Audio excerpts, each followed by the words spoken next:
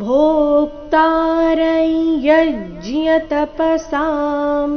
सर्वलोकमहेश्वरं सुहृदं सर्वभूतानां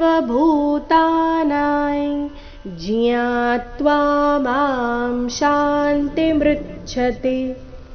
भोक्तारै यज्ञतपसां ಭೋಕ್ತಾರೈ ಅನುಸ್ವಾರದ ಉಚ್ಚಾರಣೆ ಇಲ್ಲಿ ನಾಸಿಕಾಯ ರೀತಿ ಬರಬೇಕು.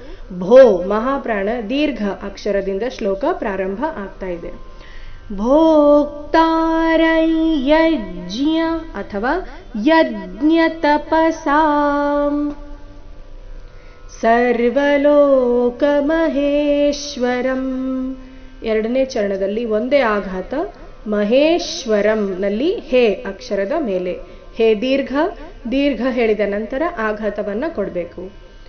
ಸರ್ವಲೋಕ ಮಹೇಶ್ವರಂ ಸುಹೃದಂ ಸರ್ವಭೂತಾನಾಂ ಸುಹೃದಂ ಸುಹೃದಂ ಸರ್ವಭೂತಾನಾಂ. ಇಲ್ಲಿ ಭೂ ಮಹಾಪ್ರಾಣ ದೀರ್ಘ. ಭೂತಾನಾಂ ಜ್ಞಾತ್ವಾ ಜ್ಞಾತ್ವಾ ಮಾಂ ಶಾಂತಿ ಮೃಚ್ಛತಿ. ಮೃಚ್ಛತಿ ಇಲ್ಲಿ ಮೃ ವ್ಯಂಜನ ಮಗೆ ಸ್ವರ ಋ ಸೇರಿ ಮೃ. ಮೃಚ್ಛತಿ ಕೊನೆಯತಿ ರಸ್ವ ಬರಬೇಕು. ನೋಡೋಣ ಪೂರ್ತಿ ಶ್ಲೋಕ ಮತ್ತೊಮ್ಮೆ.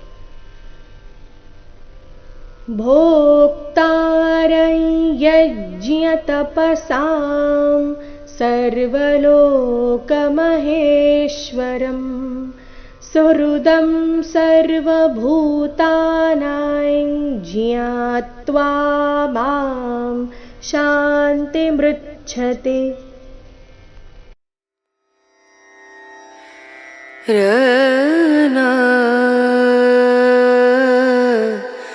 ರ